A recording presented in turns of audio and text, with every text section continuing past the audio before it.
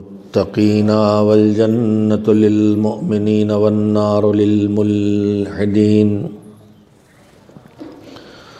والصلاة والسلام على سید الانبیاء والمرسلین سیدنا ونبینا وشفیعنا ابی القاسم محمد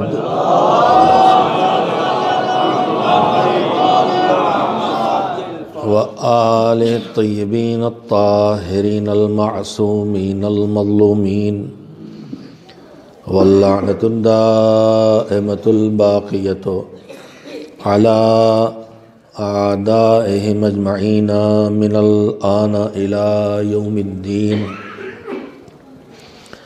اما بعد فقد قال اللہ سبحانہ وتعالی فی کتابہ المبین وہو اصدق الصادقین وقولہ الحق بسم اللہ الرحمن الرحیم ووصینا الانسان بوالدیہ حسنا وإن جاہداک لتشرک بی ما لیس لک بہ علم فلا تطعہما الی مرجعکم فَأُنَبِّئُكُم بِمَا كُنتُمْ تَعْمَلُونَ صلوات بھیجیں محمد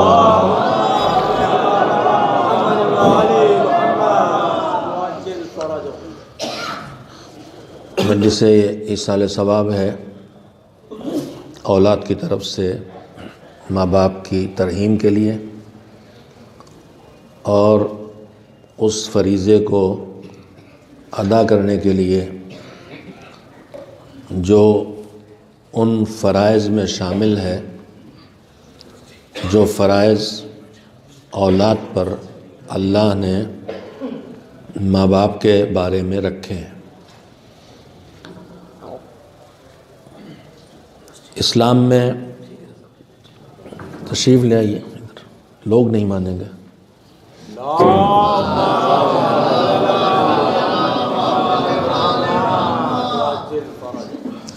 کچھ ہمرو فائدہ ہوئی ہے، تعریف کریے ہو، صلوات بھیجے محمد۔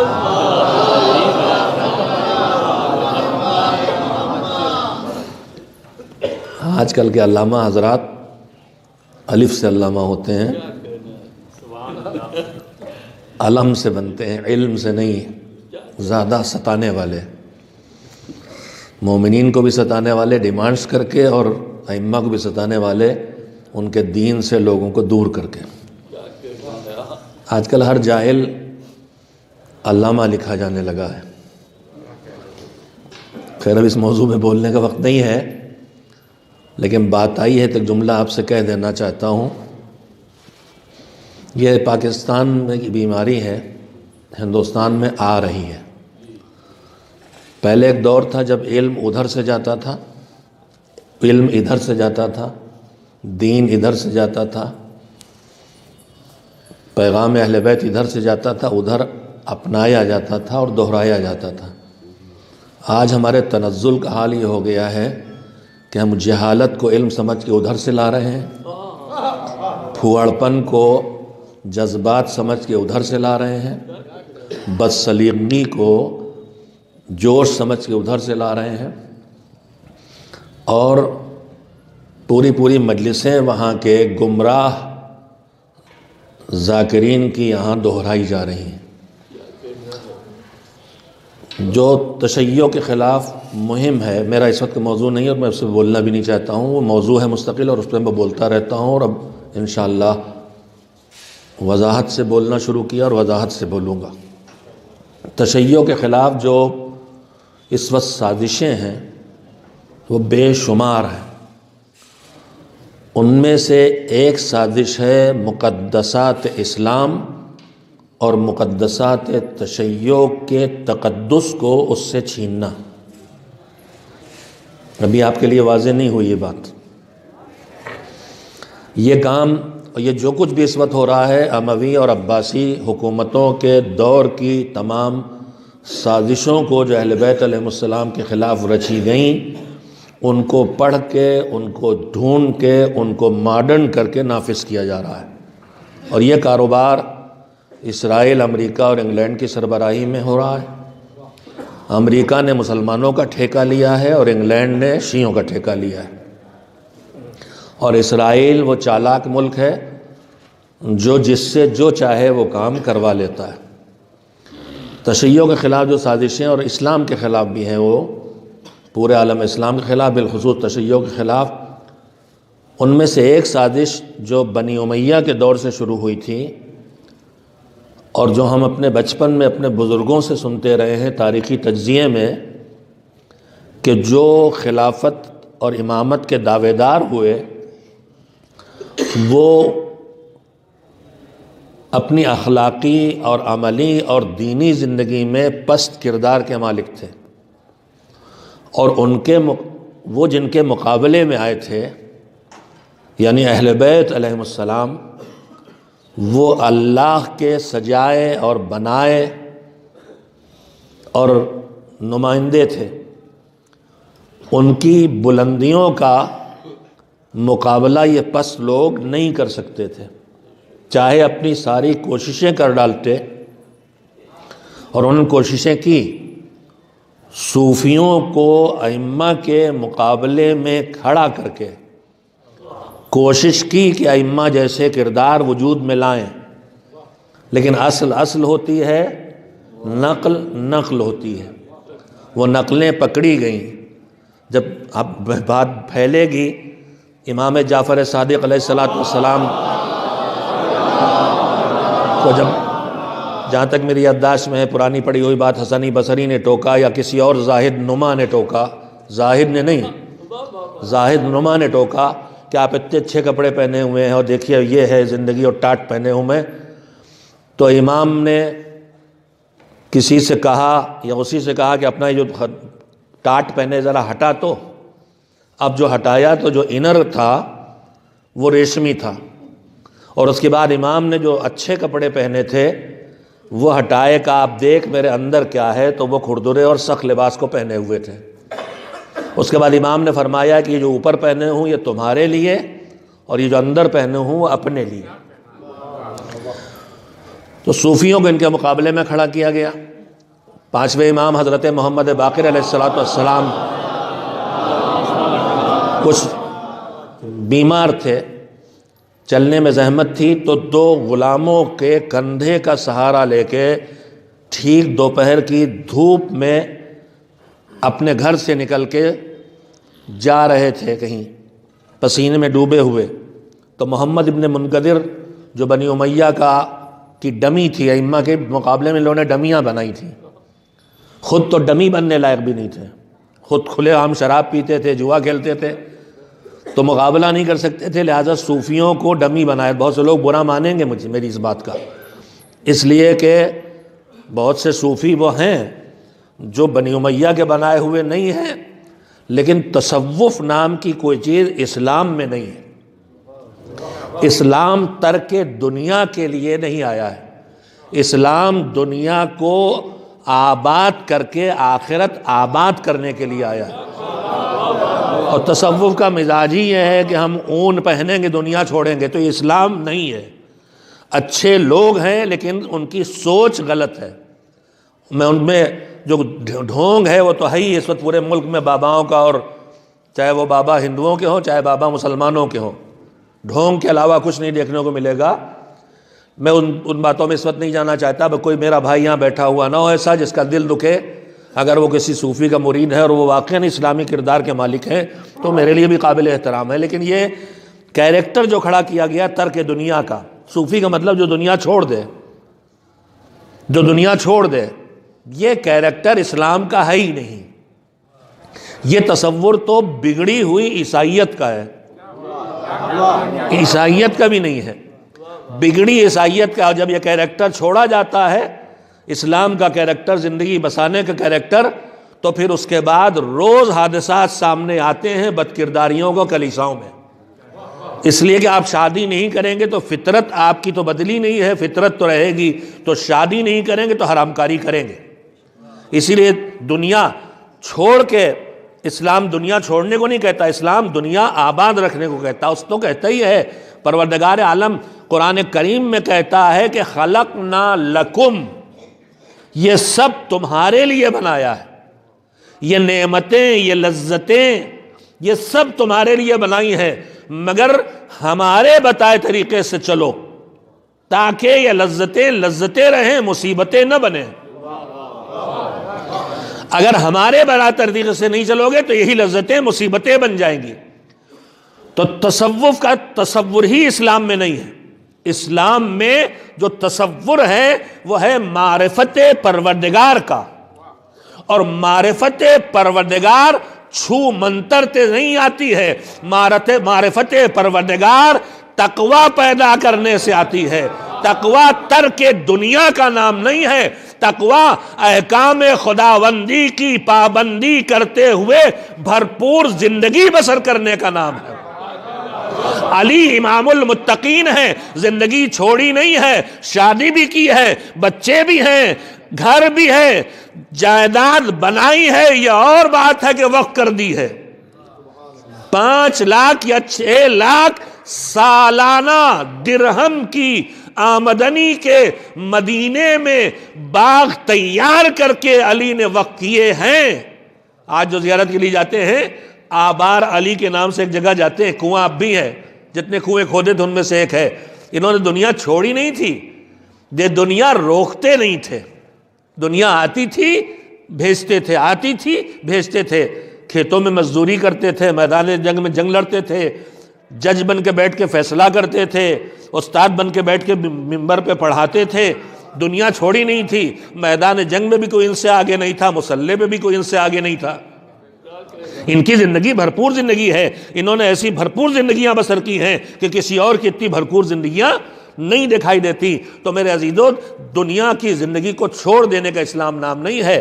اسلام میں تصوف کا کوئی تصور نہیں ہے. بات پھیل رہی ہے، میں اسے سمیٹنا چاہتا ہوں. اہل بیت علیہ السلام کے مقابلے کے لیے ڈمیاں تیار کی گئیں روحانی کرداروں کی، صوفیوں کی شکل میں. رابعہ بصری اور حسن بصری اور فلانے خود اس لائق بھی نہیں بن پائے کہ ظاہری طور پر مقابلے کے لیے لاتے اپنے کو. ایک ذرا سے اس طرف آیا تو ہر جگہ اس کا نام دیکھنے کو ملتا ہے، عمر ابن عبدالعزیز. ایک ذرا سے اس نے اپنے کو سدھارنے کی کوشش کی تو اتنا نام ہے اس کا. تو اب چونکہ یہ تو سدھر نہیں سکتے تھے، یہ تو اوپر جا نہیں سکتے تھے، یہ تو پستیوں میں تھے، اور مقابلہ کس کا کر رہے تھے؟ جو معراج پر تھے ہر خوبی کی. شجاعت میں ان سے آگے کوئی نہیں، سخاوت میں ان سے اوپر کوئی نہیں، زہد میں ان سے آگے کوئی نہیں، خوف خدا میں ان سے آگے کوئی نہیں. اہل بیت علیہ السلام ان کا مقابلہ کر رہے تھے. پست ترین لوگ بلند ترین لوگوں کا مقابلہ کر رہے تھے. ایسے میں جب آدمی مقابلہ نہیں کر پاتا تو کیا کرتا ہے؟ میں آپ کو یاد دلاؤں. ہماری قوم اس سلسلے میں ماشاءاللہ بہت تیز ترار ہے. ہم کیا کرتے ہیں؟ ایک جگہ ایک نمائش لگی تھی، کیکڑوں کی نمائش. مرتبانوں میں شیشے کے کیکڑے بھرے رکھے تھے. یہ امریکہ کے، یہ روس کے، چین کے، جاپان کے بڑا سے مرتبان، بڑے بڑے کیکڑے دبنگ ٹائپ کے گراتے ہوئے، بڑی بڑی آنکھیں دکھاتے ہوئے. کہنے کون؟ کہنے امریکہ کے ہیں. چپٹے چپٹے، پیلے پیلے، تیز ترار، آپس میں پیار محبت کے ساتھ. کہا یہ کون؟ کہا جاپانی. ہر ایک دیکھتے رہے، مگر ہر مرتبان پہ ڈھکن بند تھا. ایک مرتبان بڑا سے فل، ہر سائز، ہر رنگ، ہر شکل بھرا ہوا. کہا یہ کہاں کے؟ کہا انڈیا کے. اچھا. کہا یہ ڈھکن نہیں لگا اس پہ؟ کیوں باقی میں لگایا؟ کہا ڈھکن نہ لگائیں تو سب نکل کے بھاگ جائیں گے. کہا یہ تو مرتبان بھرا ہے، اتنے بہت سے ہیں، اس پہ ڈھکن نہیں لگایا بھاگ نہیں جائیں. کہا نہیں، یہ نہیں بھاگیں گے. کہا کیوں؟ کہا ان میں سے جب کوئی ایک اوپر چڑھنے لگتا ہے دوسرا اس کی ٹانگ پکڑ کے کھینچ لیتا ہے. تو جب ریس میں آگے آدمی نہیں نکل پاتا تو جو آگے ہوتا ہے اسے کھینچ کے پیچھے لاتا ہے. ان پست انسانوں نے ان معراج کمال پر پہنچے ہوئے عظیم وجودوں کا جب مقابلہ کیا تو خود تو اوپر جا نہیں سکتے تھے، ان کو نیچے لانے کی کوشش کی۔ اس کے لیے روایت سازیاں ہوئیں، روایتیں گڑھی گئیں۔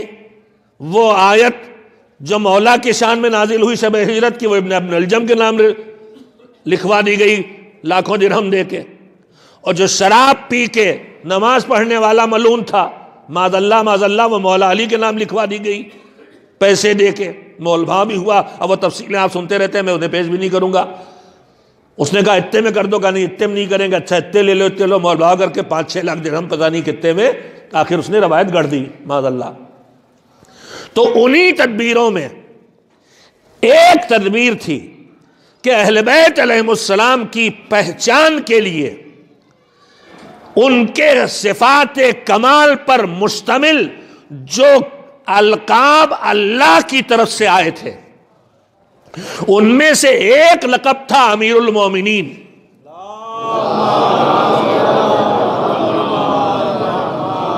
یہ لفظ خود ائمہ میں بھی صرف اور صرف مولائے کائنات علیہ السلام کی ذات سے مخصوص ہے۔ ائمہ نے اجازت نہیں دی کہ ان کے جد امجد کے علاوہ کسی کے لیے لفظ استعمال کیا جائے۔ چنانچہ آپ زیارت امین اللہ پڑھیں جو مولا علی روایت صحیحہ سے زیارت وارد ہوئی ہے، اور مولا علی کی زیارتوں میں صحیح ترین زیارت کہلاتی ہے زیارت امین اللہ۔ مفاتیح الجنان میں جاتے دیکھیں مولا علی کی زیارت میں معرفت سے لبریز زیارت ہے، اس میں آپ کو لکھے کو ملے گا، شیخ عباس قمی نے لکھا ہے کہ مولا علی کے لیے زیارت وارد ہوئی ہے، لیکن یہ زیارت دیگر ائمہ کے لیے بھی پڑھی جا سکتی ہے۔ لیکن یہ خیال رہے کہ جب نام لیں گے تو لفظ امیر المومنین صرف علی بن ابی طالب کے لیے استعمال کریں گے اور کسی امام کے لیے نہیں، جبکہ سب امیر المومنین اپنے دور کے، لیکن لفظ ان سے مخصوص تھا۔ سازش کیا رچی گئی؟ اس لفظ کو نیچے کھینچ کے لاؤ، یزید بھی امیر المومنین، ہارون بھی امیر المومنین، پتہ نہیں آپ متوجہ ہو سکے کہ نہیں۔ تو ایک سازش یہ تھی کہ لفظ امام، لفظ خلیفہ، لفظ امیر المومنین، لفظ ولی، یہ تمام الفاظ وہ تھے جو اللہ کی طرف سے مخصوص تھے صاحبان کمال و عظمت و عصمت کے لیے۔ سازشیں رچی گئیں کہ ان لفظوں کو اتنا گرایا جائے اور ایسے لوگوں کے لیے استعمال کیا جائے کہ الفاظ اپنے وقار کو کھو دیں۔ نہیں میں کہہ نہیں سکا شاید آپ سے بات، اتنا گرایا، بزرگوں سے سنا ہوا لفظ استعمال کر رہا ہوں، لفظ خلیفہ اتنا گرایا کہ آج خلیفہ کا لفظ آتا ہے تو حجام سمجھ میں آتا ہے۔ اولیاء کا لفظ اتنا گرایا کہ آج لفظ بولا جاتا ہے تو سمجھ میں آتا ہے کوئی بیٹھا ہو کہیں کنارے ہو حق کر رہا ہوگا، چلم لگائے ہوگا۔ اتنا گرایا گیا، کیوں؟ تاکہ یہ الفاظ اپنی تقدس کو کھو دیں۔ یہ سازش آج پھر دوبارہ رچی گئی ہے۔ علمی دنیا میں الفاظ تھے افراد کی عظمتوں کو پہچنوانے کے۔ لفظ آیت اللہ دلیل تھا اس بات کی کہ یہ انسان دین کی تعلیم کے اس عروج پر پہنچا ہے کہ یہ براہ راست احکام خدا کو قرآن و حدیث سے سمجھ سکتا ہے، یہ فقیہ بن چکا ہے، اس کے اندر صلاحیت اجتہاد پیدا نہیں ہوئی ہے، یہ اب دوسروں کو درس اجتہاد دینے کے لائق بن گیا ہے۔ تب یہ لفظ آیت اللہ استعمال ہوتا تھا، اب یہ لفظ آیت اللہ میرے جیسے ہر سفید ریش کے لیے استعمال ہو رہا۔ لفظ علامہ انہی فقہا کے درمیان صدیوں میں کوئی نکلتا تھا جس کے لیے آتا تھا، علامہ ہلی۔ بہت کم گزرے ہیں ایسے علماء جن کے لیے لفظ علامہ آیا ہو۔ علامہ طباطبائی اس دور میں، علامہ مرتضی عسکری، آپ اپنی شخصیتوں سے بھی واقف نہیں ہیں، مشکل تو یہ ہے۔ یہ چند صدیوں میں ایک دو آتے تھے، اب ہر بے پڑھے لکھے بے تکان بولنے والے کو علامہ کہا جاتا ہے۔ بس تھوڑا سا املا بدل دیں اور ان سے لکھوا دیں تو اسی املے میں لکھیں گے بھی۔ علم سے عالم اور اس سے علامہ، اور الف سے علم، علم عین سے نہیں الف سے، تکلیف، اور اس سے بنا لیجیے علامہ، زیادہ تکلیف پہنچانے والا۔ تو القاب کو کہاں سے کہاں کھینچ کے پہنچایا گیا، یہ بھی تشیع کے خلاف ایک سازش ہے، تاکہ جب لفظوں کی عظمت کھو جائے گی تو مفہوم بھی معظم نہیں رہ جائے گا۔ ہر آدمی مجتہد، ہر آدمی آیت اللہ، ہر آدمی حجت الاسلام، یہ سب کیٹیگریز ہیں جو علمی دنیا میں طے ہوتی ہیں، مگر وہ عوامی ہاتھ میں آ گئی اور ہر ایک لفظ ہر ایک کے لیے استعمال ہو رہا۔ جو ممبر پہ آ کے بیٹھ گیا مولانا، ہمارے بچپن میں دو لفظ تھے، ایک مولوی ایک مولانا۔ مولوی اس کو کہتے تھے جو مدرسے میں پڑھا ہو مگر پورا نہ پڑھا ہو، ابتدائی درجات میں پہنچا ہو، انٹرمیڈیٹ لیول تک، تو مولوی سے آگے لفظ نہیں بولا جاتا اس کے لیے۔ جب پڑھ لکھ کے نکلتا تھا تب مولانا کہلاتا تھا۔ اب وہ ہر آدمی جو مجلس پڑھ رہا ہو مولانا ہو گیا۔ تو الفاظ کی عظمتوں کو، وقار کو، تقدس کو اس لیے چھینا جا رہا ہے کہ جب لفظوں میں وقار نہیں رہ جائے گا تو پھر ان لفظوں کے لیے باوقار شخصیتیں بھی نہیں ڈھونڈی جائیں گی، اور جب باوقار شخصیتیں نہیں ڈھونڈی جائیں گی تو ممبر بھی بے وقار ہو جائے گا، محراب بھی بے وقار ہو جائے گی۔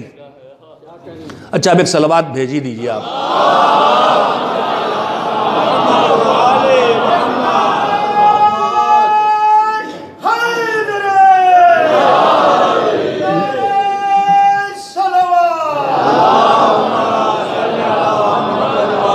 بہرحال بات سے بات بلا وجہ شروع ہو گئی اور میں نے آپ کا اتنا بہت وقت لے لیا، وقت بہت کم ہے۔ میرے عزیزوں، ایک ماں کے اصال ثواب کی مجلس ہے، مجلسیں ہوتی رہتی ہیں، بے انتہا اس موضوع پر گفتگو بھی ہوتی ہے۔ اب شاعری میں بھی اس پر توجہ دی گئی ہے، بلکہ مجھے تو ایسا لگتا ہے کہ ماں پر کچھ شعر کہنا اب ایک طرح کا فیشن سا بن گیا ہے۔ میرے خیال سے وہ جو منور رانا صاحب نے ماں پہ کہا، اور اس کے بعد جو پہلا مسدس رضا سرسوی صاحب نے کہا، اب اس کے بعد ہر ایک کوشش کر رہا ہے۔ خیر اچھی بات ہے، فیشن ہی صحیح مگر اچھی چیز کا فیشن ہے، اسی سہارے کچھ پہنچ جائے۔ مگر شعراء کرام سے گزارش کروں گا کہ پھر جب ماں باپ پہ کہیں تو پہلے روایات اہل بیت پڑھ لیں، اس کے بعد شعر کہیں تو انشاءاللہ وہ خطیب سے آگے کام کریں گے۔ خالی لفاظی نہ ہو کہ تیرے جانے سے آنگن اجڑ گیا، سونا ہو گیا، اور تیرا آنچل ہٹ گیا سر سے، اور دھوپ بہت تیز لگ رہی ہے، یہ سب نہیں۔ پھر بتائیے کہ ماں باپ کے حقوق کیا، ان کی ذمہ داریاں کیا ہیں، ماں اولاد کو ان کے لیے شعر میں کہیے۔ 1 گھنٹے کی میری تقریر اتنا نہیں بگاڑ پاتی جتنا 1 منٹ کا آپ کا شعر بگاڑ لیتا ہے، اور جتنے میرے پورے عشرے نہیں بنا پاتے اتنا ایک شعر آپ کا بنا دیتا ہے۔ آج کل کے حالات یہ ہیں کہ خطیب آ کے ایمانداری سے سارا پیغام پہنچاتا ہے، تھوڑا سے خوف خدا بٹھایا دل میں، تھوڑا سے قبر کی فکر بٹھائی، اور اس کے بعد ایک شاعر آیا اور اس نے کہا کہ منکر نکیر جو قبر میں آئیں گے میں وہ نعرہ حیدری ماروں گا کہ بھگدڑ ہو جائے گی۔ لیجئے سب جوان خوش کہ مولوی صاحب 10 دن میں پھنسایا تھا انہوں نے، اور یہ ہم 1 منٹ میں چھوٹ گئے، بیل نہیں ہوئی، پولیس والے خود ہی بھاگ گئے۔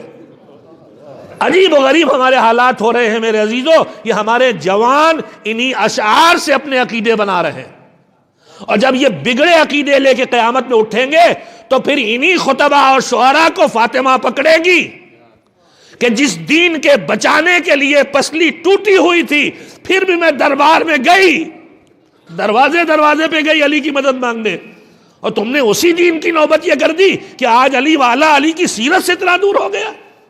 علی جس کا سر سجدے میں کٹا، فاطمہ زہرا جس نے شکستہ پہلو کے باوجود زندگی کے آخری لمحے تک مستحب عبادتیں بھی نہیں چھوڑی، ان کے ماننے والے نماز کا مذاق اڑانے لگے، فدق فدق چیخنے والے خمس کے وجوب سے انکار کرنے لگے۔ یہ مصیبت کہاں سے آئی ہے؟ یہ مصیبت اسی ممبر سے آئی ہے، اسی ممبر کی خطابت نے، اسی ممبر کی شاعری نے یہ تباہی پھیلائی ہے، اور پوری قوم جواب دہ ہوگی کل علی و فاطمہ کو، حسن و حسین کو، رسول خدا کو۔ لہذا خدا کے لیے معیار یہ نہ بنائیے کہ مجھے کیا پسند ہے اس کو بلائیں، معیار یہ بنائیے کہ اسے بلائیں جو وہ بیان کرے جو اللہ کو پسند ہو، نبی کو پسند ہو، رسول کو پسند ہو، امام کو پسند ہو، حضرت زہرا کو پسند ہو۔ اللہ کو ان کی باتیں پسند ہیں، ان کو اللہ کا تذکرہ پسند ہے، لہذا اس منبر کو معمور ہونا چاہیے ذکر خدا سے لے کے ذکر محمد و آل محمد علیہ السلام پر۔ لیکن ذکر کا مطلب خالی زبان سے ذکر نہیں، وہ ذکر جو وجود میں خوشبو کی طرح سے سما جائے کہ جہاں سے گزرے وہاں سے اہل بیت کی خوشبو ہمارے کرداروں سے آئے۔ ایک صلوات بھیج دیں محمد و آل محمد علیہ السلام۔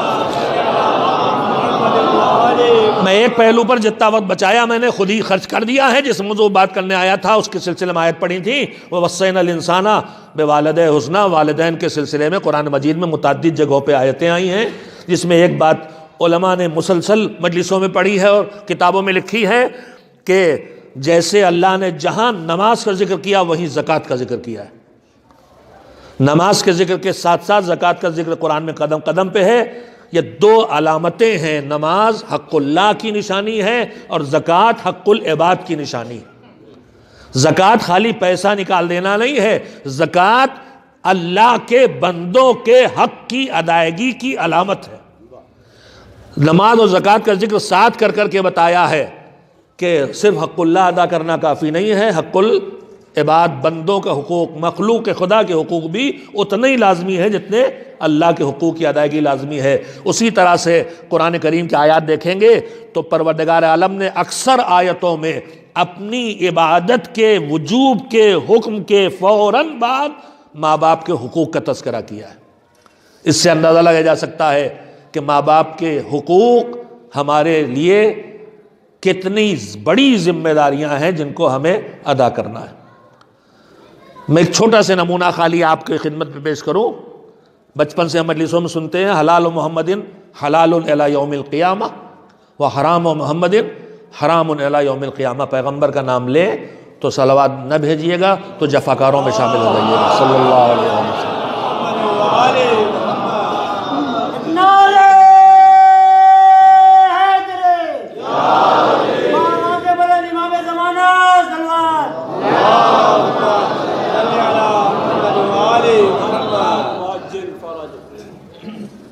حقوق کی دنیا میں اللہ کا حق بھی ہے، بندوں کا حق بھی ہے۔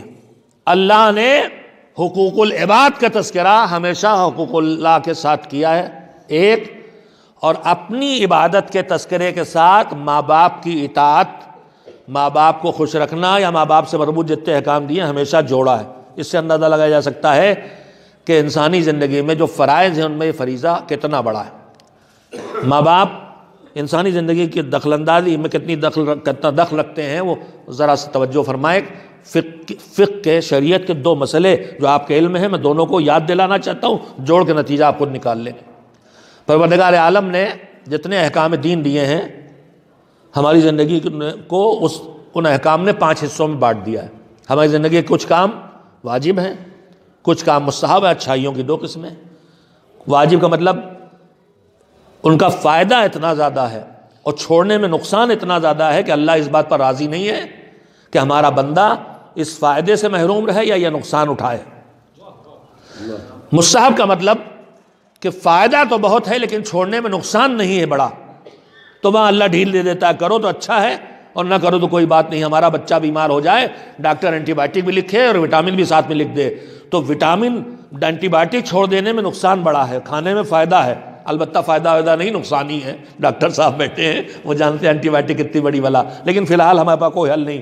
تو بچہ اگر اپکائیاں بھی لے رہا ہے تو ہم اینٹی بائیوٹک تو زبردستی پلا دیں گے، لیکن ملٹی وٹامن اگر نہیں پیتا ہم کہتے رہے اچھا رہنے دو، کوئی بات نہیں، چھوڑ دو۔ پی لیتا تو اچھا تھا، نہیں پیے گا تو کوئی بڑا نقصان اس کو ہونے والا نہیں ہے۔ تو نیکیوں کی 2 قسمیں، جن کے کرنے میں فائدہ، چھوڑنے میں نقصان، اور دونوں اتنے بڑے کہ اللہ راضی نہیں۔ جیسے ہم بچوں کی پٹائی کر دیتے ہیں کہ یہ سب چلے گا، یہ نہیں چلے گا، تم جاؤ کھیلو کودو جو ہی چاہے کرو، لیکن دیکھو اسکول تو جانا پڑے گا، نماز تو پڑھنا پڑے گی، وہاں پٹائی کر دیتے ہیں۔ وہی اللہ کا معاملہ کہ وہ نقصان اللہ ہمارا برداشت نہیں کرنا چاہتا جو بہت بڑا نقصان۔ اور اس فائدے سے محروم نہیں رکھنا چاہتا جو ہمارا بڑا فائدہ لہذا واجب کر دیتا. فائدہ بڑا نقصان بڑا نہ ہو تو مستحب. برائی کی بھی دو قسمیں، کرنے میں نقصان بہت بڑا اور چھوڑنے میں فائدہ بہت بڑا، تو ایسے کام کو حرام کر دیتا. شراب قرآن بھی کہہ رہا ہے کہ اس میں نفع بھی ہے نقصان بھی ہے، نقصان ہی نقصان نہیں ہے مگر اس کا نقصان فائدے سے بڑا ہے لہذا نہیں کرو یہ کام. تو ہر حرام میں صرف نقصان ہی نہیں ہوتا، فائدے بھی ہوتے ہیں، لیکن بڑے نقصان سے اللہ بچاتا ہے، حرام کر دیتا ہے. مکروہ کا مطلب یہ ہے کہ کرنے میں کوئی بڑا نقصان نہیں، چھوڑنے میں فائدہ بڑا ہے تو کہہ دیتا ہے کہ چھوڑ دو، اچھی بات ہے، نہ چھوڑو کوئی بات نہیں. کلیجی مکروہ ہے مثلا کھانا، مثال کے طور پر، مجھے دھیان نہیں کہ تمام فقہا متفق ہیں اس پر کہ نہیں، مکروہ ہے. تو اب اگر نہ کھاؤ تمہارا ہی فائدہ ہے، کھاؤ گے تو تمہارا نقصان ہے، کم نقصان ہے. 2-4-10 جانوروں میں ایک آدھ تو بیمار نکلے گی، اس کی کلیجی کھاؤ گے تمہارے لیے بیمار ہو جانے کا ڈر ہے. ڈاکٹر صاحبان تشریف فرماؤ، مجھ سے بہتر جانتے ہیں، مجھے اس فیلڈ میں دخل اندازی کر کے اپنی جہالت اب تک نہیں پہنچانا چاہیے. تو یہ اس کی مصلحتیں ہیں، 4 قسمیں کرتا ہے. 5واں جہاں فائدہ نقصان کچھ نہیں اس کو مباح کر دیتا. یہ 5 قسمیں. اب قانون یہ ہے کہ جو واجب ہے قیامت تک واجب، جو حرام قیامت تک حرام، جو جائز قیامت تک جائز، جو ناجائز قیامت تک ناجائز، جو حلال قیامت تک حلال، جو حرام قیامت تک حرام. البتہ اس میں اسلام قیامت تک کا دین ہے، اس لیے ایک قانون اور ہے. کیا کروں، وقت کم ہے لیکن باتیں اہم ہیں، بچوں اور جوانوں کو سمجھنا چاہیے اپنے دین کو. ایک ہے احکام اولیہ، پہلا حکم. ایک ہے احکام ثانویہ. احکام اولیہ میں کوئی چیز واجب ہو، احکام ثانویہ میں حرام بھی ہو سکتی ہے مگر وہ وقتی ہوتا ہے. میرے اوپر روزہ واجب ہے، تندرست صحت مند ہوں، میں شوگر کا مریض ہو گیا، اب روزہ رکھوں گا تو مر جاؤں گا دوا کے بغیر. اب یہاں کو کیا ہے، روزہ واجب رہا کہ حرام؟ حرام ہو گیا. اب شوگر کی مثال میں نے غلط دے دی. مجھے بخار آیا ہے، ٹائیفائڈ ہے، اور دن میں 24 گھنٹے میں 2 خوراک کھانا ہے. مجھے نہیں پتا ٹائیفائڈ کی دوا 24 گھنٹے میں 1 بار کے 2 بار کے 3 بار. مثال دیتا ہوں، بخار آ گیا، 2 ہفتے کا کورس ڈاکٹر نے لکھا اور کہا کہ 12 گھنٹے 8 گھنٹے پہ کھانا، اور نہیں کھاؤ گے تو مرو گے. اب یہاں روزہ حرام اور روزہ توڑنا؟ بولیے بھائی. چائے پی کے آئے، آپ نے دیکھا بہت بھیڑ لگی تھی وہاں. کیا کشمیری چائے جگاتی نہیں ہے، سلاتی ہے؟ شکر تو زیادہ نہیں تھی. اب میں کیسے کہوں کہ شکر اور بڑھا لیجئے، مٹھاسی بڑھے گی، صلوات سے نمک تو آئے گا نہیں. صلوات کی مٹھاس میں اپنی تعمیل کا نمک ملائیے تاکہ نمک حرامی عمل میں ہم سے نہ ہو.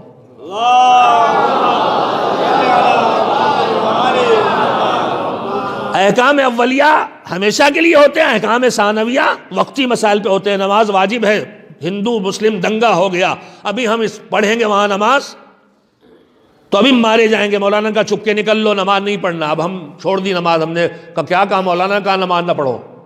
نہیں بھیا، یہ حکم وقتی ہے. تو احکام ثانویہ وقتی ہوتے ہیں. اسلام کی نرمی کے اور بقا کے اور قیامت تک زندہ دین رہنے کے جو قوانین ہیں ان میں سے ایک اہم ترین قانون یہ بھی ہے، عام حالات میں ایک حکم ہونا، خاص حالات میں اس حکم کا وقتی طور پر بدل جانا. تو بدلنے کا حق کسی کو نہیں. جو حلال وہ حلال، جو حرام وہ حرام. یہ بتائیے کہ واجب روزوں کے علاوہ مستحب روزے ہیں کہ نہیں ہیں؟ واجب روزوں کے علاوہ مستحب روزے بھی ہیں. ماہ مبارک رمضان کا روزہ واجب ہے، ہم نذر کر لیں تو روزہ واجب ہے. حالانکہ ہمارے ہاں نذر تو خالی ایک ہی رہ گئی ہے، معصومین علیہ السلام کی کچھ سورے پڑھ کے ان کی خدمت میں ہدیہ کرو، مٹھائی کھاؤ. یہ بھی ایک نذر ہے. میں یہی نذر اصل میں یہ ہے کہ پروردگار میرا یہ کام تو کر دے تو میں ایک اچھا کام کروں گا. ان میں سے ایک اچھا کام یہ بھی ہے کہ اہل بیت علیہ السلام میں کچھ ہدیہ بھیجا، اور ہوتے ملاقات ہوتی ان سے تو مٹھائی بھی ان کی خدمت میں لے جاتے زید پور کی. اب وہ نہیں ملیں تو کس کی خدمت میں آئے گی وہ مٹھائی زید پور کی؟ اب چونکہ وہ ہے نہیں تو اگر امام تک مٹھائی لے جاتے تو کیا اکیلے بیٹھ کے کھا لیتے؟ کھجوریں بھی آتی تھیں اور بانٹ کے کھاتے تھے تو مومنین کو کھلاتے. تو ہم نے سوچا کہ امام تک مٹھائی نہیں پہنچ رہی، چلو ہم ان کی طرف سے مومنین کھلا دیں. مگر یہاں تو امام ضامن پہ نظر کر کے خود ہی کھا لیتے ہیں. ہم نے مدرسے میں تو یہی دیکھا تھا، پتہ نہیں جتنے امام ضامن ہم لوگوں کو ملتے تھے سب نظر کر کے خود ہی نوش فرما لیتے تھے، پتہ نہیں وہی مصرف ہے کچھ بدلا۔ امام ضامن بات نکلتی ہے، چھوٹی چھوٹی باتیں بہت کام کے میرے عزیزو۔ امام ضامن کی کیٹیگری طے کیجئے ہے کیا؟ خمس ہے، زکوٰۃ ہے، کفارہ ہے، فطرہ ہے، صدقہ ہے، کیا ہے؟ امام ضامن کے نام سے فقہ کی کتاب میں آپ کو کچھ نہیں ملے گا۔ تو پھر یہ ہے کیا؟ امام ضامن کیوں باندھا جاتا ہے؟ حفاظت کے لیے۔ تو حفاظت کے لیے شریعت کیا کہتی ہے؟ صدقہ۔ صدقہ دو، اپنے کو محفوظ کرو، بہت فائدے ان میں سے ایک حفاظت بھی ہے۔ تو صدقہ فقیر کو پہنچے تو کام کرے گا، یا ہم باندھے باندھے ٹہلیں تو کام کرے گا؟ بھئی یہ کوئی دعا تو ہے نہیں کہ باندھے ہیں اس کی برکت سے حفاظت ہوگی۔ اب یہ کس نے باندھا، کیوں باندھا، مجھے نہیں پتا۔ صدقے کے علاوہ اگر کچھ اور ہے تو مجھے بتائیے، میری سمجھ نہیں آتا امام ضامن صدقے کے علاوہ کچھ اور ہو۔ امام ضامن زکوٰۃ نہیں ہے، امام ضامن خمس نہیں ہے، امام ضامن کفارہ نہیں ہے۔ جتنی رکوع میں شرح ہیں جا کے پڑھ لیے دینیات میں، توضیح المسائل میں، روایت کی کتابوں میں، سیدھے کہیں آپ کو جو فقہی کتابوں میں اور احادیث میں جتنی کیٹیگریز کار خیر کی ملیں گی، ان میں سے کسی کے خانے میں تو فٹ کیجئے امام ضامن کو۔ تو مجھے تو یہ لگتا کہ صدقہ ہے، حفاظت کے لیے کر رہے ہیں، تو حفاظت کے لیے کر رہے ہیں تو باندھے باندھے پھرنے سے حفاظت نہیں کریں گے یہ 5 روپے۔ اچھا اب کچھ چیزیں بھی ہم نے طے کر لی، صدقہ 2 روپے۔ امام ضامن بہت بڑے آدمی ہیں تو شان کے اظہار کے لیے باندھ دیا تو 100 کا نوٹ باندھ دیا، ورنہ 5 روپے 10 روپے سکہ ہی بندھے گا۔ پتہ نہیں اس میٹل میں حفاظت کی کون سی طاقت ہے۔ جو آیا ہے لفظ، وہ تاریخ پڑھ کے یہ لگتا ہے کہ حضرت علی رضا علیہ السلام کی سیرت کا جو ایک واقعہ ہے۔ ایران کی بسوں پہ لکھا ہوتا ہے یا ضامن آہو، آدھا عربی آدھا فارسی۔ آہو فارسی ہے، ضامن عربی ہے۔ ایرانی کچھ ہم سے آپ سے کم بونگڑ تھوڑا ہی ہیں، عربی کے معاملے ہم سے کم نہیں ہے، وہ بھی وہ ٹھوکتے ہیں۔ جیسے ہم زیارتوں میں شاہنشاہ خراسان، ارے بھیا شہنشاہ اور خراسان عربی نہیں ہے جو زیارت میں لگائے ہوئے ہو۔ ایک حسرت میں نے لکھنؤ بیان کی تھی، یہاں بھی بیان کر دوں کہ حسرت رہ گئی کہ ہماری کسی مسجد سے صحیح اذان سننے کو مل جائے اور ہماری کسی مجلس میں صحیح زیارت سننے کو مل جائے۔ ضرورت ہے کہ جن حضرات کو شوق ہے ان کی ٹریننگ کی جائے۔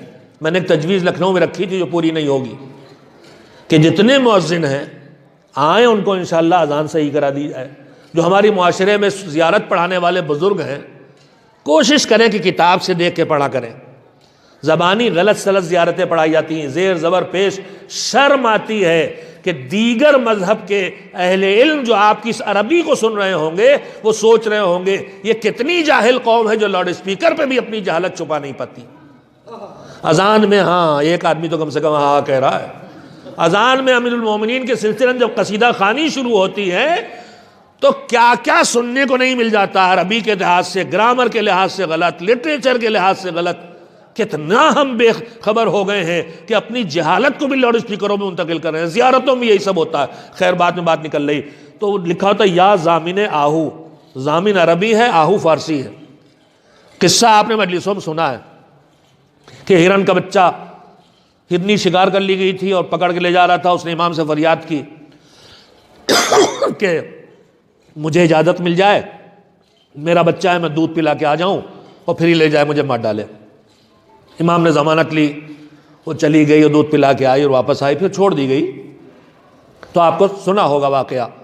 تو چونکہ امام نے ضمانت لی تھی ہرن کی کہ تم پریشان نہ ہو، شکار اس کا آتا ہے یہ واپس آئے گی، ان کی حکومت تو کائنات پہ ہے نا، ان کی حکومت سے کون نکل کے جائے گا باہر۔ تو چونکہ امام نے ہرن کی زیارت ضمانت لی تھی کہ واپس آئے گا، شاید ہمارے بزرگوں نے وہیں سے سیکھا کہ امام ضامن نہیں، امام ضامن، 8ویں امام جو ضامن ہیں، اور وہ ضامن سے زیادہ ہیں۔ القاب پڑھیے، السلام علیکہ یا مغیث الشیعۃ والزوار فی یوم الجزا، اے وہ کہ جو جزا کے دن اپنے زائرین اور اپنے شیعوں کے فریاد پر فریاد رس بننے والے ہیں۔ نہیں، آپ نے اس کی قیمت کو نہیں پہچانا۔ خصوصیات ہیں ہمارے ائمہ کی، زیارتوں میں یہ لقب انہی کے لیے ملتا ہے، السلام علیکہ یا مغیث الشیعۃ والزوار فی یوم الجزاء، ان میں سے ایک ہے۔ آخرت میں وہ جب ہم فریادی ہوں گے بچاؤ بچاؤ بچاؤ، تو اس وقت وہ مدد کرنے والے۔ تو چونکہ وہ ضامن بنے تھے پلٹ کا آنا، لہذا ہمارے بزرگوں نے سوچا امام ضامن کے حوالے کیا۔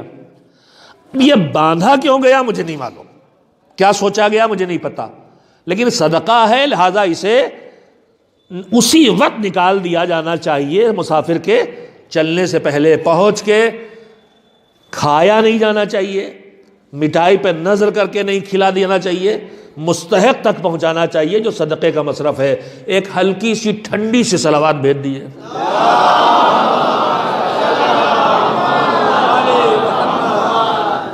میں پھر جلدی سے واپس لاؤں بات وہیں جہاں سے بار بار ہٹ رہی ہے۔ تو قانون کو کوئی نہیں بدل سکتا اسلام کے۔ یہ بتائیے کہ روزے جو واجب ہیں، رمضان کا روزہ، نذر کا روزہ، میں نے نذر کے لیے ایک بات آپ سے کہہ دی کہ نذر اللہ سے وعدہ کہ میرا یہ کام ہوگا تو میں یہ ایک اچھا کام کروں گا، چاہے وہ ایک بار صلوات بھیجنا ہو، چاہے ایک بار سبحان اللہ کہنا ہو۔ ارے کہہ دیجیے بھائی، سبحان اللہ کہیے۔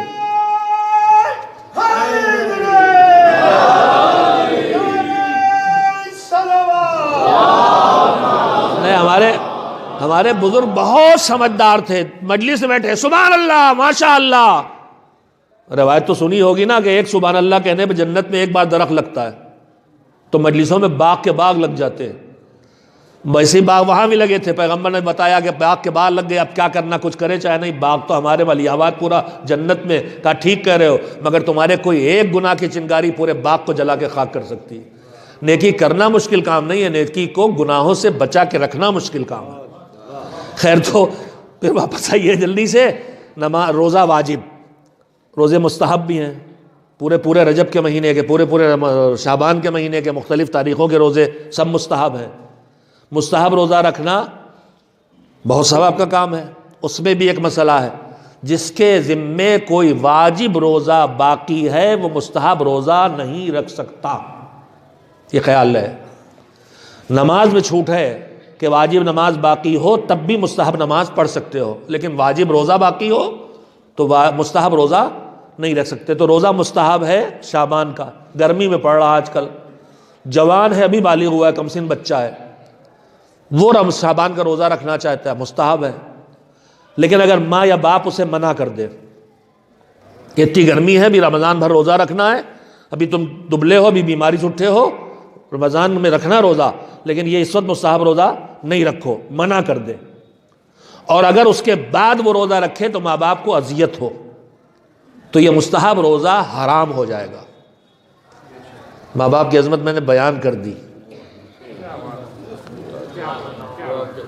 اس کا الٹا بھی سن لیجئے، نماز پنجگانہ واجب ہے، نماز جماعت سے پڑھنا واجب ہے کیا؟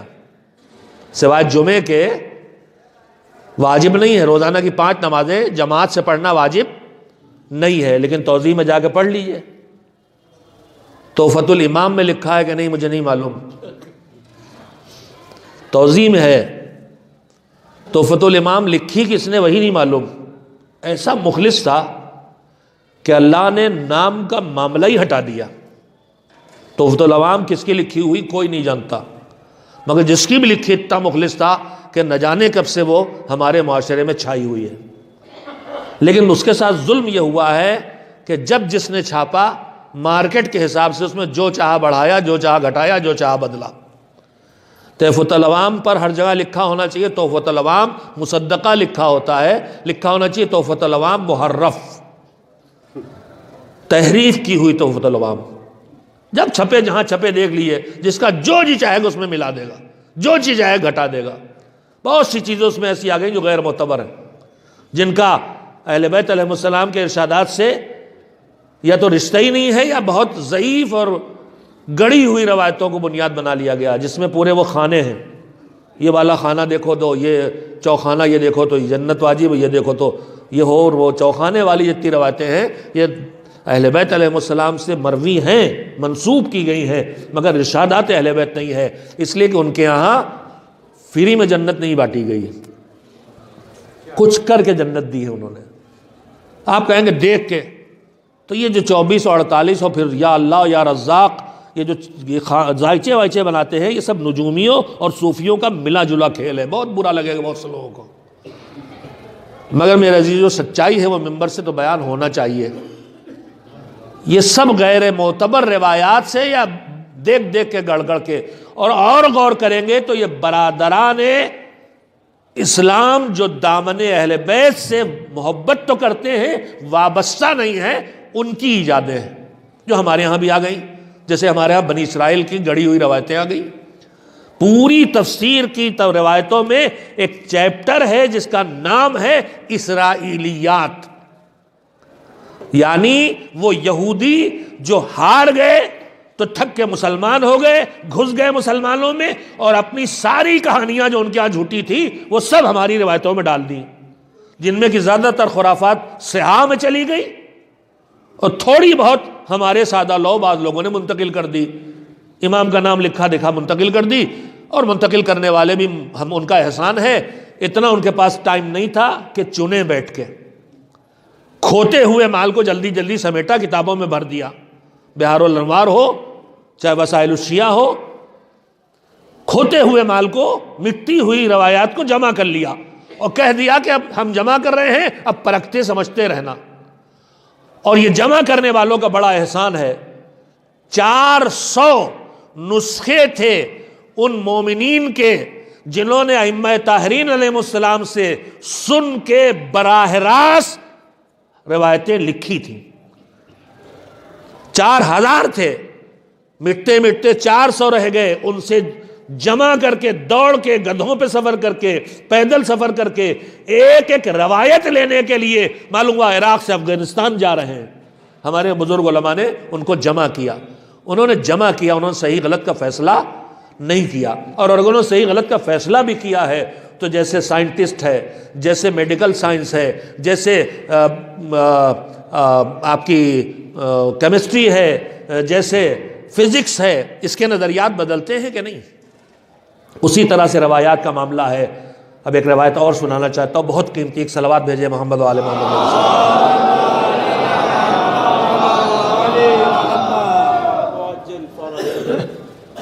پیغمبر خدا حضرت محمد مصطفیٰ صلی اللہ علیہ وآلہ وسلم،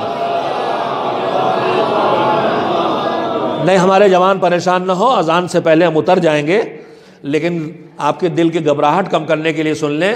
خطیب آدم تاواسرا سے بچپن میں سنا تھا، کہیں کہیں دوہرا دیتا ہوں، ایک مشاعرہ ہو رہا تھا، مشاعرے میں غزلیں پڑھی جاتی ہیں، غزلیں ہوتی ہیں 10-11 شعر کی۔ ایک صاحب بروزن مثنوی غزل لے کے بیٹھ گئے، مثنوی ہوتی پوری پوتھی، بقول خطیب آدم تاثرہ، خطیب آدم یعنی مولانا غلام عسکری اللہ مقامہ، ان کے بقول کہ لمبی غزل اور آواز بھی تانسین کے چچا کی۔ اب 10 شعر 20 شعر 30 شعر ختم ہی نہیں ہوتی، تو پیچھے سے ایک دیہاتی ڈنڈا لے کے اٹھ کے کھڑا ہوا، میں بھی دیہاتی ہوں اور آپ سے تگڑا، لٹ لے کے کھڑا ہوا، ڈنڈا، لٹ، لاٹھی نہیں، لٹ۔ شاعر بھی اناڑی نہیں تھے، برا نہ مانیے گا، دیکھتے ہی سمجھ گئے کیا ہونے والا ہے، پرانا تجربہ تھا۔ کہنے لگے بھائی صاحب بیٹھیے، آپ کی زحمت تمام، بس آخری شعر اور آپ کی زحمت تمام۔ ایک بات چپکے سن لیے، جب کوئی شاعر کہے آخری شعر تو دھوکہ نہ کھائیے گا، اس کے بعد ایک شعر اور بنا میں مطلع سنائے گا، اور جب کوئی خطیب کہے بس 2 جملے تو دھوکہ نہ کھائیے گا، آپ کو یہ نہیں پتا ان کا ایک جملہ کتنے کلومیٹر لمبا ہے۔ کہ لگا آخری شعر آپ کی زحمت تمام، اس نے ہاتھ جوڑے، دیہاتی میں اپنی زبان کا حضور آپ پڑھیں، آپ تو ہیں مہمان، ہم تو اس میزبان کو ڈھونڈت ہیں جس نے آپ کو بلایا ہے، تو میں تو ہوں مہمان۔ صلوات بھیجے محمد و آل محمد۔ نے انتہائی قیمتی بات، روایات اہل بیت کے بارے میں انتہائی قیمتی بات، پیغمبر نے فرمایا صلی اللہ علیہ وآلہ وسلم، رب حامل فقہ الی من ہوا افقہ منہ. دیکھیں ہمارے پاس علم میراث میں منتقل ہو رہا. ڈاکٹر صاحب تشریف فرما, یہ ڈی ایم ہے, ڈسٹرکٹ مجسٹریٹ نہیں ہے, ڈاکٹر آف میڈیسن میرے خیال میں, شاید ڈی ایم یہی ہوتا ہے ڈاکٹر صاحب, ماسٹر آف میڈیسن کے بعد پی ایچ ڈی گویا. تو یہ بتائیے کہ ہمارے بچپن میں تو ایم بی بی ایس ہوتے تھے, ایک آدھ ایم ڈی ہوتا تھا, سر پہ بٹھاتے تھے. پھر اب ایم ڈی ماشاءاللہ اتنے بڑھے کہ کوئی حد نہیں رہ گئی, اب ڈی ایم آ گئے. جہاں میڈیکل سائنس ڈاکٹر صاحب جب ہائی اسکول میں تھے وہاں پہنچی تھی, آج جب ڈاکٹر صاحب ڈی ایم کر چکے ہیں تو کہاں پہنچی میڈیکل سائنس؟ آگے بڑھی ہے نا. پیچھے والی چیزیں آگے جا رہی ہیں, آگے والے اسے اپنی عقل سے سمجھ رہے ہیں. کمپیوٹر ایجاد ہوا تو اتنے بڑے بڑے ہال میں سنا پہلا کمپیوٹر لگا تھا, آج اتنی ساری میں نہ جانے کیا کیا آ گیا ہے. ہر علم میں چھوڑیے سب, ہم جب پیدا ہوئے بھوندو پرساد تھے بالکل. آج کے بچے, ہم لوگ پیدا ہوتے تھے تو کبوتر کے بچے, اب پیدا ہوتے مرغی کے بچے, پیدا ہوتے ہی دوڑنے لگتے.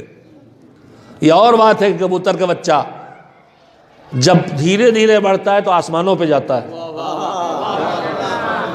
اور یہ جو مرغی کے بچے ہیں آخر میں وہی بسم اللہ ہے, اللہ اکبر. آج تیز رفتاری جو نوجوانی اور جوانی کی تیز رفتاریاں ہیں یہ انسانیت کو آگے جانے سے روک رہی. آج ہمارا کمسن جوان دو ٹیڑے میڑے شعر کہتا ہے تو اپنے کو شاعر اعظم سمجھنے لگتا ہے, اور ایک کمسن خطیب چار لفظی کی تقریریں یاد کر لیتا ہے تو اپنے کو شاعر اعظم وہ سمجھتا ہے, خطیب اعظم یہ سمجھنے لگتے ہیں, آگے زیادہ نہیں جا پاتے. اور ایک مدرسوں کا ہمارا تجربہ ہے کہ جو بچپن میں اچھا خطیب نکلا وہ بعد میں کبھی نہیں نکلا, اور جو بچپن میں پڑھتا رہا وہ بعد میں بڑا خطیب بنا. یہ ہر فیلڈ میں آپ دیکھیں گے, جو شروع میں زیادہ تیز ہوں گے اپنے بچوں کو زیادہ, میں بہت اہم بات کہہ رہا ہوں, زیادہ شعر خوانی اور مجلسوں کو بچپن میں نہ لگائیے, ان کو انہیں پڑھنے دیجئے. اگر آپ کو ان سے مجلس پڑھوانا ہے تو انہیں عالم بنائیے, اگر آپ کو انہیں شاعر بنانا ہے تو پہلے انہیں اردو ادب پڑھائیے تاکہ خبر کا قافیہ قبر کو نہ بنائیں. ہاں, پاکستان کے شاعر اعظم جن سے زیادہ نوحے آج تک کسی نے نہیں کہے, ان کیا دیکھ لیجئے, خبر و قبر قافیہ ہے, پتہ ہی نہیں چلتا کسی کو. نوحے دو, ہمارا جوان بھی اتنا بے خبر ہو گیا, بے قبر ہو گیا وہاں کے لہجے میں, حیدرآباد کے لہجے میں, کہ جب اچھا گویا کوئی مل گیا کیسٹ کا نوحے کے نام پہ جس میں ایک آنسو نہیں نکلتا, ہم نے اپنے گاؤں کے محلوں کے مخلص سادہ مزاج نوحہ خانوں کی ناقدری کرنا شروع کر دی. مٹا رہے ہیں مزاح کو, ان گویوں کے کیسٹوں کو خرید خرید کے انہیں سیلیبریٹی بنا رہے ہیں. عزاداری بڑھا نہیں رہے ہیں ہم, عزاداری کو اس کا تقدس بھی چھین رہے ہیں, اسے ختم بھی کر رہے ہیں. اب ہمارے ہاں نقال آ رہے ہیں صرف. پہلے ہمارے ہر محلے میں استاد ہوتے تھے, مرثیے کا الگ, نوحے کا الگ, نسلوں کو تیار کرتے تھے. شعراء ہوتے تھے, نسلوں کو تیار کرتے تھے. اب شاعر صاحب ذرا سے تک بندی کرنے لگے تو ان کی توہین ہوتی ہے کہ وہ کسی شاعر کے پاس جا کے اصلاح لیں. بہت برا حال ہے ہمارا. میرے عزیزو, اس سے بچانا آپ کو ہے. میں پھر کہہ رہا ہوں, ذکر اہل بیت بہت اچھی چیز ہے, بچے کو اس کی عادت ڈالیے, مگر اگر اچھا پڑھنے لگے تو یہاں وہاں بٹھانا نہ شروع کر دیے, ورنہ یہ اسی کا ہو جائے گا, اس کو واہ واہ ملے گی اور تھوڑا بہت انعام ملے گا, یہ اسی کا ہو کے رہ جائے گا. اس کی عزاداری پیسہ اور نام کمانے کا ذریعہ آگے چل کے بنے گی, خدمت نہیں بن پائے گی. بہت ٹیڑھی ٹیڑھی باتیں کہہ رہا ہوں, آپ صلوات بھیج کے سیدھا کرتے ہیں. اچھی آواز اللہ نے دی ہے تو اسے اردو ادب پڑھائیے تاکہ اچھا شاعر نکلے. اچھی خطابت کی صلاحیت دی ہے تو اسے عالم دین بنائیے تاکہ گمراہ خطیب نہ ہو. منبر پر آنے کا معیار یہ دیا ہے, نماز جمعہ میں خطبہ وہ کہے گا جو مصلی پہ کھڑے ہونے کے لائق ہو, یعنی صاحب علم بھی ہو, صاحب عدالت بھی ہو. شریعت نے جوڑا ہے اس کو. لہذا نہ بے خبر کو منبر پہ آنا چاہیے, نہ بے عدالت کو منبر پہ آنا چاہیے. بے خبر ہوگا تو جہالت نقصان پہنچائے گی, بے عدالت ہوگا تو منبر کو اپنی ذات کے لیے استعمال کر سکتا ہے. عادل کو لاگے بٹھائیے, میں پھر وہیں واپس لے چلوں آپ کو. کہاں سے چھوڑا تھا میں نے؟ نماز فریضہ پنجگانہ نماز واجب ہے، جماعت سے پڑھنا مستحب ہے، بہت ثواب ہے مگر مستحب ہے. لیکن شریعت کا مسئلہ یہ ہے کہ اگر باپ کہہ دے کہ بیٹا جاؤ جماعت سے پڑھو، تو اب اس کے لیے یہ جماعت سے پڑھنا مستحب نہیں رہے گا، واجب ہو جائے گا. میں 2 مسئلے آپ کے سامنے بیان کر دیے، نتیجہ آپ نکالیں. مستحب روزے پر ماں باپ راضی نہیں تو وہ حرام ہو جائے گا. مستحب نماز پر باپ کا حکم شامل تو وہ واجب ہو جائے گا. اب عظمت کا اندازہ لگائیے والدین کی کہ ان کی رضا، ان کی رضامندی، ان کی خوشی، ان کا راضی ہونا کتنا اہم ہے کہ یہ شامل ہو جائے تو مستحب کو واجب بنا دے، یہ ہٹ جائے تو مستحب کو حرام بنا دے. اتنی قیمت ہے ماں باپ کی خوشی کی. خوش کیسے رکھنا ہے یہ اللہ نے معین نہیں کیے راستے، یہ آپ کو طے کرنا ہے، اپنے ذوق ایمانی سے طے کرنا ہے، اپنے بصیرت ایمانی سے طے کرنا ہے. اور یہیں پہ ایک جملہ اور کہہ دوں صاحبان ولایت سے کہ یہ ماں باپ ہمیں دنیاوی زندگی کا ذریعہ بنے، وسیلہ بنے. جن کے طفیل میں ہم خلق ہوئے اور ہماری کائنات خلق ہوئی. حدیث قصہ میں کیا آیا ہے؟ انی ما خلقت السماء مبنیہ ولا ارض مدنیہ ولا فلک یدور ولا بحر یجری ولا فلک یسری. خلاصہ کلام یہ کائنات کس کے لیے بنائی؟ ان کے لیے نہیں بنائی ہے. الا فی محبت ہؤلاء، ان کی محبت میں بنائی ہے. یہ دنیا اس لائق نہیں کہ ان کے لیے بنائی جائے، یہ تو ہمارے لیے بنائی گئی. تو مالک پھر تو نے ان کے لیے کیا بنایا؟ کہ ان کے لیے اپنی رضا بنائی ہے، اپنی قربت کی منزلیں بنائی ہیں، اپنی ولایت ان کے لیے بنائی ہے. جنت تو ہمارے لیے ہے، دنیا تو ہمارے لیے ہے، نعمتیں تو ہمارے لیے.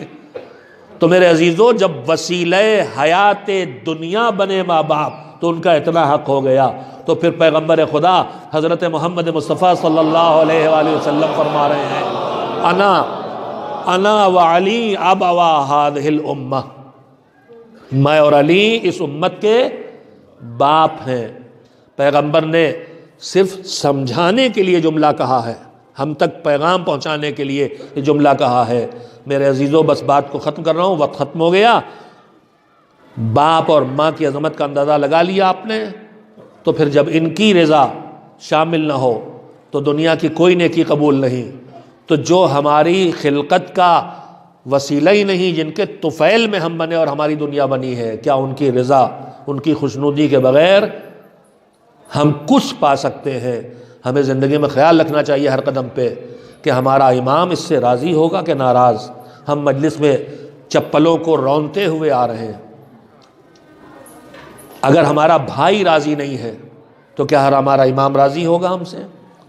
ہم مصافحے میں ایک دوسرے کو دھکا دیے دے رہے ہیں، جس کو دھکا لگ رہا اگر وہ راضی نہیں ہے. ہم تبرک لینے میں چڑھتے کچلتے ہوئے چلے جا رہے ہیں، اگر ہمارا بھائی راضی نہیں ہے تو کیا ہمارا امام ہم سے راضی ہوگا؟ میں نے بہت چھوٹی مثالیں دی ہے. اگر ہم مومن کی غیبت کر رہے ہیں، اگر ہم کسی کا دل توڑ رہے ہیں، اگر ہم کسی کا حق چھین رہے ہیں، وہ راضی نہیں ہے تو کیا ہمارا امام اس سے راضی ہوگا؟ بس میں نے ختم کی اپنی بات. علی اور انا و علی ابوا ہذہ الامہ، ہم اور علی اس امت کے باپ ہیں. یہ شرف ہے. مگر اس سے بڑا شرف جو علی کو پیغمبر نے دیا، یہ بڑا شرف ہے. ہر معصوم کی کچھ اپنی خصوصیتیں ہیں. علی کی خصوصیت یہ ہے کہ وہ اس امت کے باپ ہیں. حسنین کی خصوصیت یہ ہے کہ وہ جنوانان جنت کے یعنی جنتیوں کے سردار ہیں.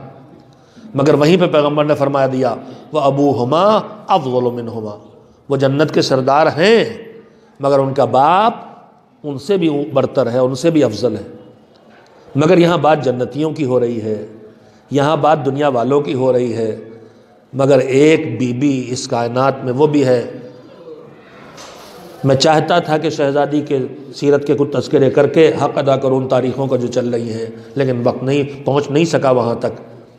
ورنہ ماں اور باپ کا حق جن تربیت کی ذمہ داریوں کے بنیاد پر رکھا گیا ہے، حق جتنا بڑا ہے اس کا مطلب اس کے مقابلے میں فرض بھی اتنا ہی بڑا ہوگا. اور فرض اگر کسی پہ بڑا ہے تو اس کا مطلب اس کے مقابلے میں حق بھی اتنا ہی بڑا ہوگا. اس بی بی نے ایسے پالا ہے کہ اس کے گود کے نکلے جو معصوم نہیں ہیں، پوری کائنات ان میں ڈھونڈ کے بھی ایک کمی نکال نہیں پائی، اور اتنا باکمال پالا کہ بیٹی نام بھی رکھا گیا تو زینب، اپنے باپ کی زینت۔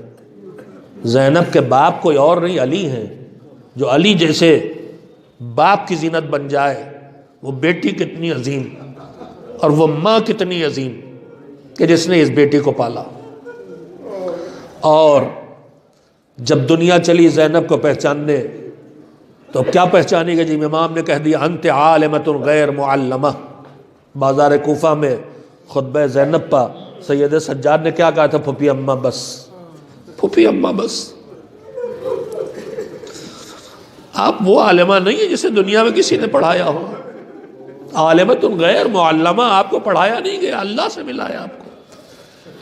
فقیہۃ غیر مفقہہ، جب ان کو پہچاننے چلی تو دنیا کو آخر میں کہنا پڑا ثانیہ زہرا، دوسری زہرا ہے۔ ایسے پالا، ایسے پالا، پالا بچوں کو تھا، بچوں کی ماں تھی۔ ام الحسنین کہا جاتا ہے ان کو، مگر ان کے القاب میں ایک لقب ہے ام ابیہا۔ یہ پوری کائنات میں کسی خاتون کو شرف نہیں ملا کہ اپنے باپ کی ماں کہلائی ہو، مگر جو کائنات کے لیے رحمت للعالمین بن کے آیا تھا۔ ماں اسی لیے ماں ہے کہ اس کا کلیجہ رحمت کا ٹھکانہ ہے، مگر جو کائنات کے لیے رحمت للعالمین بن کے آیا، مہربانی مجسم، یہ ننھی سی بیٹی اپنے بابا کے لیے اتنی محبت بھری بیٹی بنی کہ باپ نے کہا یہ وہ محبت ہے جو بیٹی باپ سے نہیں کرتی، یہ وہ محبت ہے جو ماں اپنے بچے سے کرتی۔ چھوٹی زندگی، کل 18 سال کی عمر، چھوٹی سی زندگی میں 5 سال کی ہوئی اماں چھوٹ گئی۔ اب کون ہے جو سہارا دے؟ دن بھر گھر میں اکیلی، بابا گئے تبلیغ کرنے، واپس آتے ہیں تو پتھر کھائے ہوئے، خون جگہ جگہ سے بہ رہا، پیر سوجے ہیں۔ یہ ننھی سے بچی تسلے میں پانی گرم کر کے بابا کے زخم دھلا رہی ہے۔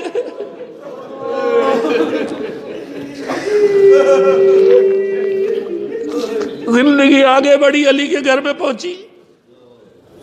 علی کے گھر کا اور اس پورے کنبے کا مزاج یہ ہے کہ یہاں لیٹنے کے لیے اونٹ کی ایک کھال ہے، کچھ چٹائیاں ہیں، کچھ مٹی کے برتن ہیں، کھانا بٹ جاتا ہے، کبھی کبھی کھانے کو ملتا ہے تو اس کمسنی میں گود میں بچہ بھی ہے، چکی کی مٹھیا پہ ہاتھ بھی ہے۔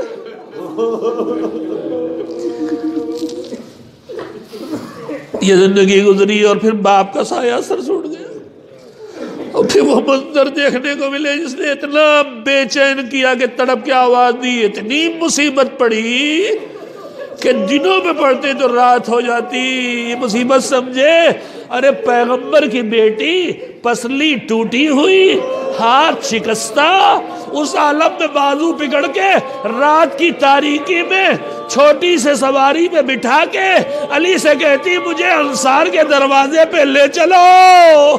ایک ایک دروازے پہ جا کے کہتی تمہیں کیا ہو گیا؟ تم پیغمبر کی وصیت بھول گئے، تم غدیر کا اعلان بھول گئے، علی کو جواب سلام نہیں دیتے، علی کا ہاتھ چھن گیا، چپ بیٹھے ہو۔ اور ہر طرف سناٹا، علی کے ساتھ علی کی ناصر جا رہی، پیغمبر کی آنکھ بند ہوئی، قوم میں کوئی سننے والا نہیں۔ روتی ہے تو کہا جاتا ہے نہ رو۔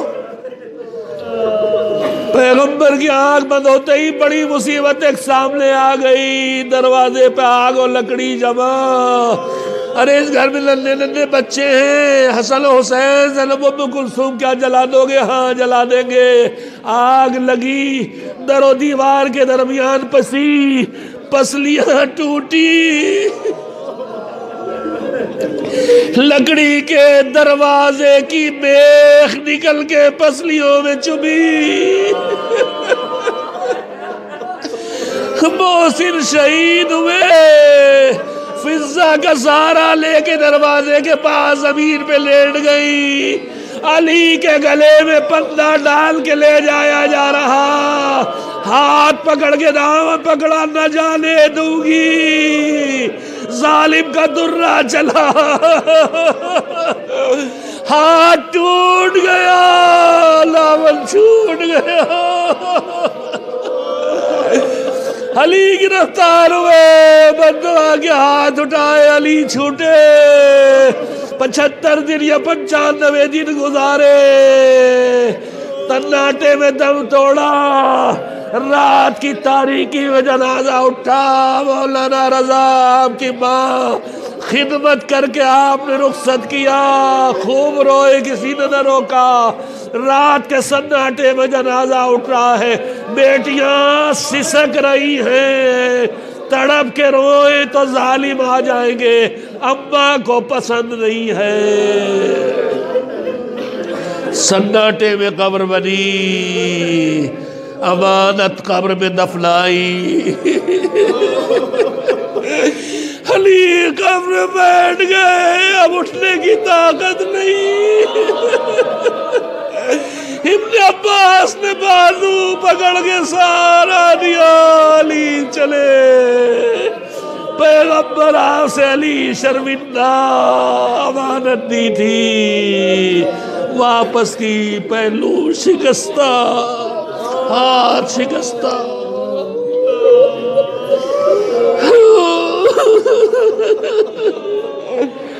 یا مولا جی یا سیدہ،